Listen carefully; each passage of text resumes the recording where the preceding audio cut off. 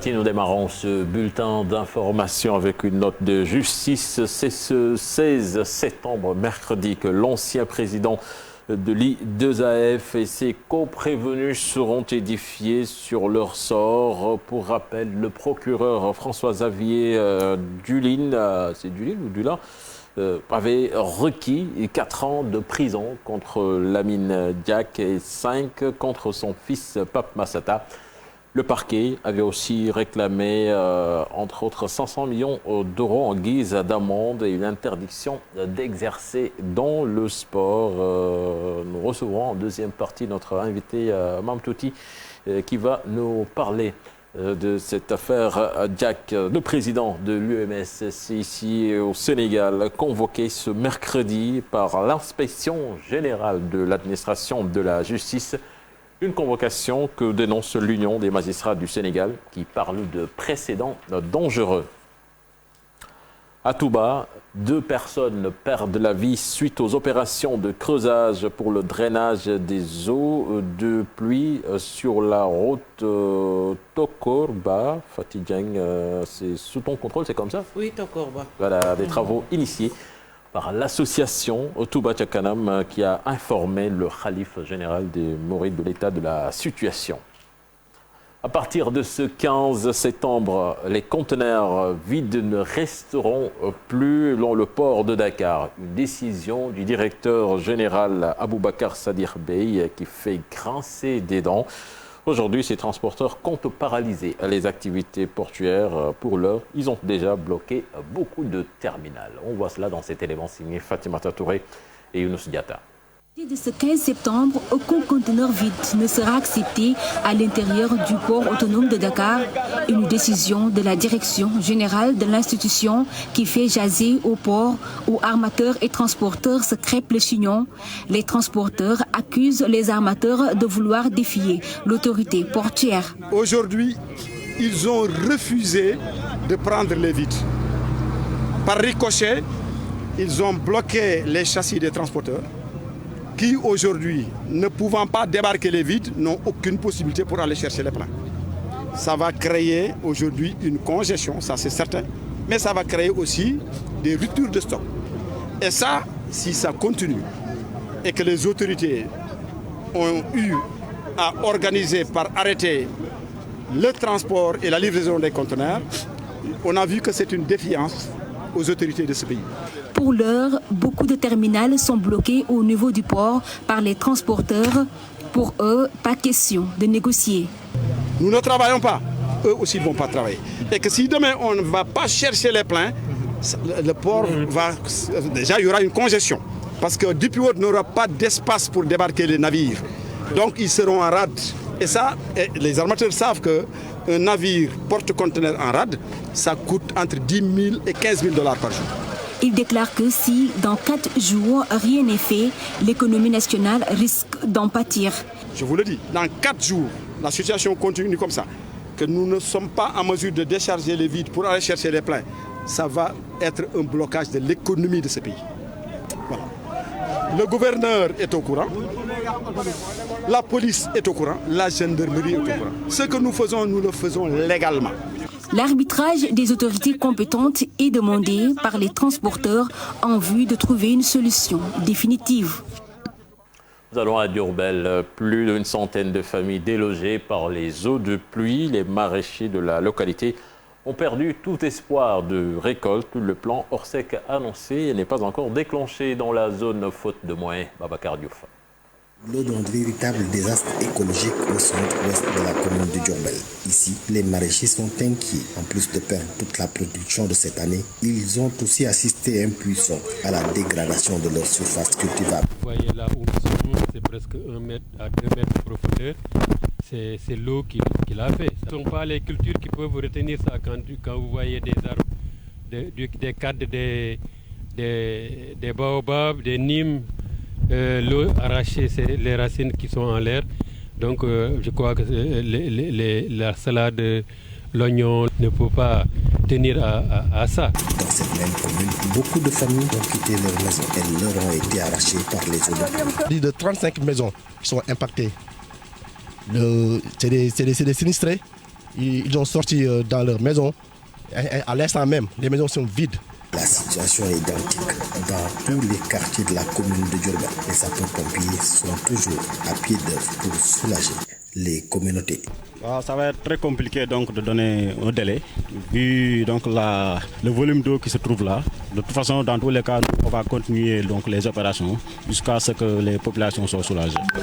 À Kër Baïlaï, ils vivent la même situation également. Au niveau de Kër Cheikh, donc idem. À Ngolomite 1, Ngolomite 2, donc pratiquement tous les quartiers sont envahis donc par ces eaux. Au nombre donc de 120 maisons qui sont inondées. Une situation désastreuse qui devrait faire réagir au plus haut sommet de l'État, dont le plan Orsec tarde à se faire. Et puis après 6 ans à la tête de Dakar, Demdik, Maître Moussa Diop passe solennellement les rênes à Omar Boun Khattab Silla, le directeur sortant du service de transport public, déclare que l'exercice de sa fonction n'a jamais fait état de népotisme. Je vous propose d'écouter des propos recueillis par Mohamed Samb et Ahmadouba. L'exemple pertinent, c'est que j'ai embauché quelqu'un ici. Je ne le connaissais pas, ni d'Adam ni d'Ève. Il est venu, je lui ai dit, je prends ton dossier, tu entres. Et pourtant, j'avais aussi en tant qu'homme politique, des gens qui sont dans ce secteur. Je ne connais pas. Si je jox ñëpp laay jox su may xañ ñëpp laay xañ su may dóor ñëpp laay dóor voilà, sanction positive ou négative. À souhaiter que ça se perpétue. C'est très très très important. Je suis dehors, mais vous savez que je suis encore là. Puis avant la page internationale, jour pour jour, l'on se rappelle du chavirement de la pirogue qui assurait la navette entre le quai du parc national des îles de la Madeleine et la dite île, site touristique également appelé l'île aux Serpents. Plus de 4 morts et 36 rescapés. Ce drame avait plongé le Sénégal dans la tristesse. On se le rappelle, Chérif Dia, dès les premières heures de ce drame, vous étiez sur les lieux, vous avez assuré le direct. Un an après, quand même, on se remémore de cette triste histoire. Oui, triste histoire, comme tu l'as dit, Gao. Malheureusement, 4 personnes qui ont perdu la vie dans ces conditions-là, un soir du 16 septembre. Donc, à l'époque, si vous vous rappelez bien, le président de la République, Macky Sall, avait même effectué le déplacement là-bas. Des mesures avaient été prises, notamment la fermeture déjà du parc national des îles de la Madeleine, qui se trouve sur la corniche, tout juste après la Cour suprême. Depuis lors, donc, il n'y a jamais eu de navette. Et puis, le ministre de l'Environnement avait annoncé une enquête. On attend toujours donc les résultats de l'enquête, donc surtout les familles des victimes qui ont demandé à ce que justice soit faite, mais aussi lumière sur cette affaire. Donc, pas encore de responsables comme toujours au Sénégal. On se rappelle même le bateau Le Diola. Le mois de septembre et la navigation maritime au Sénégal quand même. 26 au 27 septembre, donc on attend pour voir, surtout que la météo quand même avait alerté parce que c'est des conditions météorologiques qui étaient à l'origine justement du chavirement de cette pirogue. Il y a même un agent des parcs nationaux qui avait perdu la vie, qui habitait dans la région de Ziguinchor.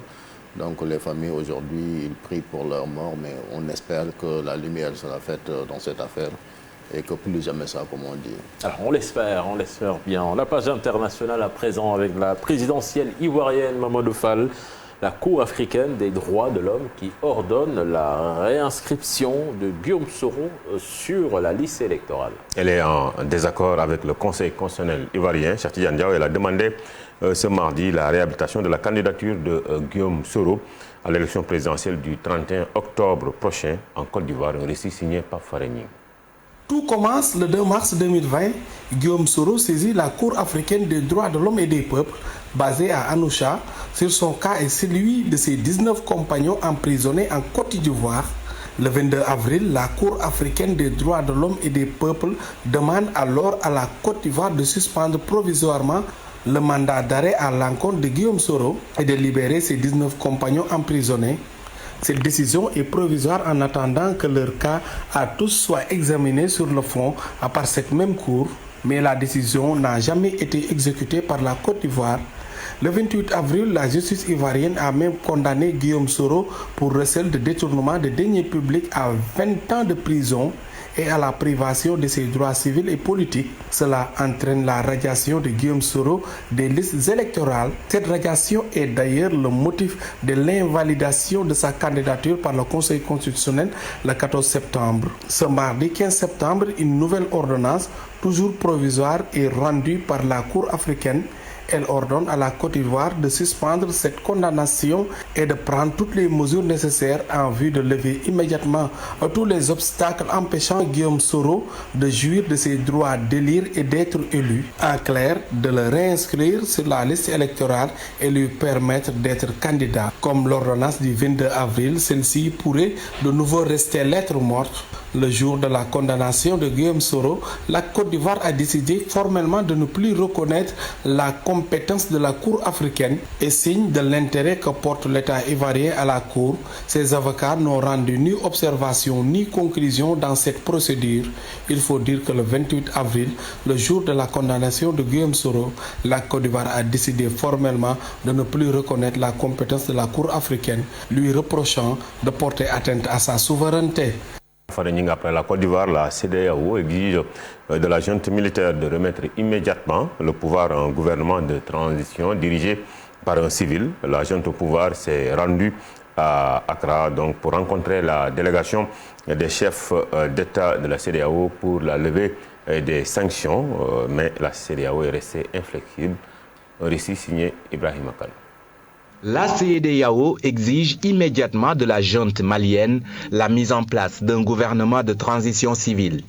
L'organisation sous-régionale avait fixé à ce mardi la date butoir pour que la junte désigne un président, mais également un premier ministre de transition dans la perspective d'organiser des élections dans un délai de 12 mois. Ce 15 septembre, les chefs d'État d'Afrique de l'Ouest ont rencontré à Accra, lors du sommet de la CEDEAO, les leaders de la junte en vue d'accélérer le processus. Une rencontre qui intervient quelques jours après que le Conseil national pour le salut du peuple a fait adopter une charte politique n'excluant pas l'accession d'un militaire à la présidence par intérim. Pour la CEDEAO, le temps presse et elle craint une déstabilisation d'autres pays voisins, ce qui saperait les efforts dans la croisade contre les groupes armés djihadistes dans l'ensemble du Sahel. La CEDEAO exige... Ibrahim Akan, merci donc toujours au Mali. L'ancien président malien, le général Moussa Traoré, est décédé hier, né le 25 septembre 1936. Il avait pris le pouvoir en 1968 avant d'être renversé en mars 1991, condamné à mort. Il avait été gracié en 2002 par l'ancien président Alpha Oumar Konaré. Pour rappel, le général Moussa Traoré avait renversé Modibo Keïta et son régime.